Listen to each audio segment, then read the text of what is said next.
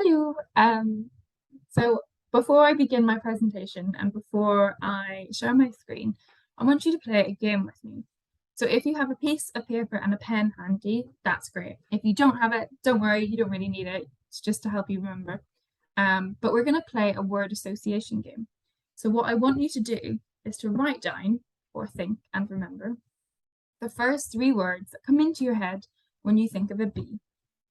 If you think of a bee, what's the first three things that come into your head? I'll just give you a sec. Then I want you to do the same thing, but I want you to think of the first three words that come into your head when you think of a wasp. When you think of a wasp, it's the first three things that come into your head. And I'm going to share the screen. So hopefully that's enough time. I'm Becky, and I'm the Senior Learning Officer at Windermere Park, working for the Berkshire, Buckinghamshire and Oxfordshire Wildlife Trust, and I'm going to talk to you today about the importance of wasps.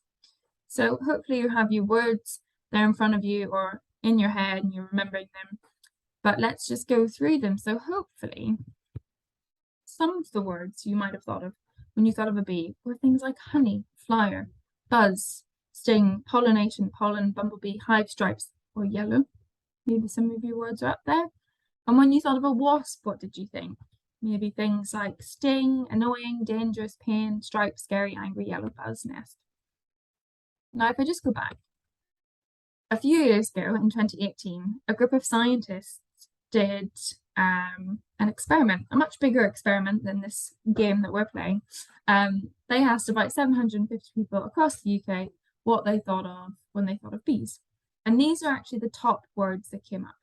So honey, flower, buzz, sting, pollination, pollen, bumblebee, hive, stripes, and yellow were the top words that came up in this survey that people associated with bees. And these are the top words that people associated with wasp. So the number one word there being sting, the second word being annoying, then nest, dangerous, pain, stripes, scary, angry, yellow, buzz. Now these researchers are from the University College of London, and I actually know them because one of them was one of my professors when I was at UCL, and I did this survey back in 2018, and I was one of the people that thought wasps were annoying and dangerous, and I was always scared that they were going to sting me. Now I love all of nature, but wasps were just that one thing. I was just like, I didn't really like them. I was like, what's the point in wasps? And a lot of the rest of the population within the UK did that too. But since then, my mindset has completely changed about wasps as I've learned about them and I've learned to love them. And hopefully, within the rest of this presentation, I can do the same for you. Now, you might think, oh, I know wasps are important in some way, or I know they're part of the ecosystem, but you might still think of them as dangerous and annoying and they just sting. So hopefully I'll just, even if you think that some part of this presentation will change your mind.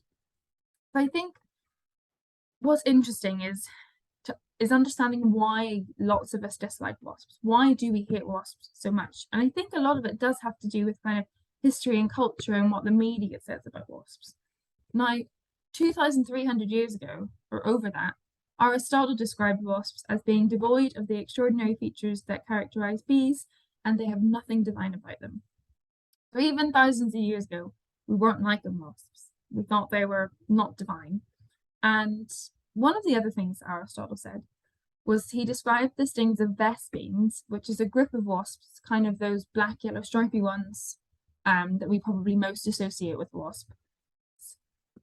He said their sting was stronger than that of bees.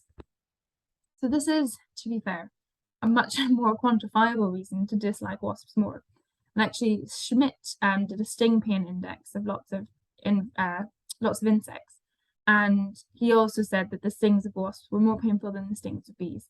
This image isn't UK based. I couldn't find one, but you can see that there's a bee at the bottom and a wasp near the or a bee at the top and a wasp near the bottom. With bee being less painful. So we probably dislike them because historically their stings have been more painful.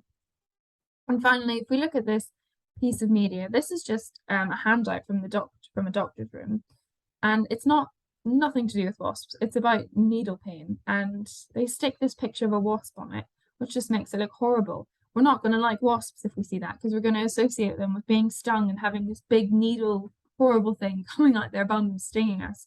So yeah, when we see things like this, we're not going to like wasps. And I think what we should do is try to change this mindset of what we think wasps do and learn about what it is they actually do. And one of the things wasps do is they pollinate. So bees pollinate, but so do wasps. Wasps eat pollen and drink nectar from flowers, and as they go from flower to flower, they're moving pollen around, so they're pollinating. Now, they're not as good as bees because they're not as hairy as bees, so not as much pollen sticks to them, but they do pollinate, and pollination is really important, so it's really good that they're pollinating. Another thing that they do is that they're predators, unlike bees. So wasps eat things like flies and aphids and caterpillars and other invertebrates, which makes them a really important insect controlling predator. And if we look at those three wasps on the screen, they are probably what you would think of when you think of a wasp, that kind of stripy black and yellow insect. And these three wasps are quite different. So these three wasps are parasites. So in a similar way that they're predators, wasps can also parasitize these invertebrates. And what they do is they lay their eggs inside with a really long ovipositor. Now, if you look in that middle image, that long thing on the kind of tail is a different type of, it's like a modified stinger. It's an ovipositor. And they use this, they stab it into insects and vertebrates, and they use it to lay their eggs inside. So when these eggs hatch and they come out of the invertebrate, they obviously kill it, and therefore in another way they're controlling these invertebrate populations. And often these invertebrates are pests, things like caterpillars and aphids that are pests of agricultural land, pests in our gardens if we're growing tomatoes and things. And so wasps are really, really good at controlling these pests. Now, if we're to think of what else controls pests, things like aphids and caterpillars, you're probably quickly going to think of pesticides. Now, there are some situations where pesticides are used and it's really difficult to help that, but in situations where they can be not used, that's really good because they have lots of harmful side effects. So pesticides do what they say on the tin, kill pests, but they also kill other invertebrates that aren't pests, like bees and butterflies and wasps. They wash into rivers and can kill our fish. They can get eaten by other animals, and that can lead to poisoning or egg thinning in birds, actually. And they can be left as a residue in food, which can be harmful to humans. So pesticides do all of these things, whereas wasps only kill pests. So in situations where we don't need to use pesticides, I think it's really important that we just let wasps do their thing as nature's own pesticide. Now, one of the things that is most strongly associated with wasps is this idea that they sting, And I think it's a really interesting thing to look at the numbers behind that. So I'm just going to give you a few seconds just to think in your own head how many species of wasp you think we have. How many different types of wasp are in the UK? And it is around 9,000. So there are loads of wasp species in the UK. In comparison, there's only 270 bee species. Of these 9,000, not all of them are those black and yellow stripy wasps that we're thinking of. There's all different sizes, shapes, and colours. Of the 9,000, only 250 even have stingers. So only 250 could sting you if they really wanted to. It's those social wasps that tend to sting, and only female wasps can sting. So if we do some quick maths, less than 2% of the 9,000 species in this country can actually sting us. So this idea that they sting is hugely misconstrued. It's hugely skewed. And we just need to try to change our mindset around that because they do so much more than sting. And most of them can't even sting us, even if they wanted to. And I think another thing that unfortunately in this country, we do have these two species of wasp that are those black and yellow stripy wasps, and they're the common wasp and they're Germanic wasp, and they do bother us. They are annoying. At the end of summer, they're coming around your bins and your picnics, and they are a bit annoying. And I think one thing that could help is understanding why they bother us during this time, and that might help us be more empathetic towards them and kind of hate them a little bit less when they're annoying us. And the reason they do this is because those wasps that catch and kill other insects like the flies and the aphids and the caterpillars and things. They're not eating them themselves, they're actually bringing them to the wasp larvae, the baby wasps. So they catch them, smush them up into this ball, fly back to the nest, and then they feed them to the baby, the larva wasps in the nest. In return, these larvae produce this sugary droplet that they feed to the adults. So all summer long, kind of wasps are, feeding their babies these insects and invertebrates, and the babies are producing this sugary droplet. But if you think of a wasp's life cycle and the life cycle of this nest, by the end of summer, most of those larvae are going to have turned into adults. So there's going to be not very many larvae left producing these sugary droplets and lots of adults. And then by the end of summer, lots of flyers have gone over, they've stopped producing as much nectar. So all of these adults that are hooked on sugar, they're addicted, are now coming out and looking for sugar. And that's where they find us at our picnics and at our bins at the end of summer, eating sugary stuff. And that's why they're there, because they're just addicted to sugar and they can't find it anywhere else. So I think trying to have a bit of empathy for them and just understanding why they're there annoying us is one step towards just not being as annoyed by them. And also I have put into place in the last few years just a strategy where I put a tiny bit of my food that they're looking for and just put it somewhere else. If it's a pint of beer, I just pour a tiny bit of beer somewhere else, and they do often go there because it's less annoying for them to be around you. It works maybe like 70% of the time, and obviously I wouldn't swat them or annoy them if they're not going for that kind of distraction food. But I've never been stung by a wasp, so it could be luck, could be strategy. But that's just one thing you could try if they are annoying you. So just to get your brains woken up again and thinking, and to also display the great array of wasp diversity within the world, we have a game of wasp or not. So I share a picture and you have to say if it's a wasp or not. So hopefully this is an easy one. This is a wasp, yes.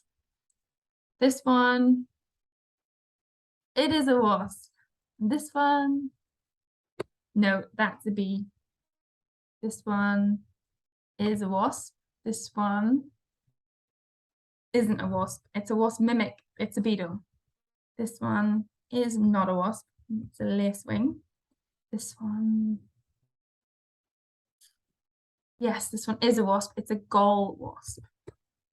This one is a wasp. It's got that long ovipositor. This one also is a wasp. This one is not a wasp. This one is a wasp. So hopefully you got all of them right. But if not, it just shows you that wasps are quite diverse. And just to kind of put it all on one page and show you the different types of wasps, they can come in different colors, different antennae, different shapes and sizes, and some of them are they're just really cool. I'll just put it there for a little bit longer. And yeah, just to kind of wrap up, hopefully by now you're beginning to realize that wasps are really cool and also really important. But just like every other insect in this country, they are threatened and they're declining. And the threats to wasps are really the same as the threats to all other insects. Things like pesticides, you can see a picture there. There's lots of bees, but there's also a wasp in the middle, the brighter yellow one. Habitat loss and climate change. And these are all the same as the threats to bees. The thing is, there's lots of campaigns out there like Save the Bees, and there's just, there's the Bumblebee Conservation Trust that do wonderful work. But there's a lot of things that I can see about saving bees, and I haven't seen the same, sadly, for wasps. So I think it's really important that we understand that wasps are also threatened and declining. And what can you do as an individual to help? Well, you can try not to use pesticides or insecticides at home, buy organic food where you can, because they don't use pesticides. Let native flowers stay, let your weeds stay. I don't believe in weeds. They're just native things, and our native bees and wasps love them.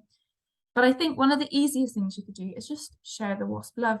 Tell others about wasps now that you've learned all about them, and tell them that they're awesome and that we should just not hate on wasps.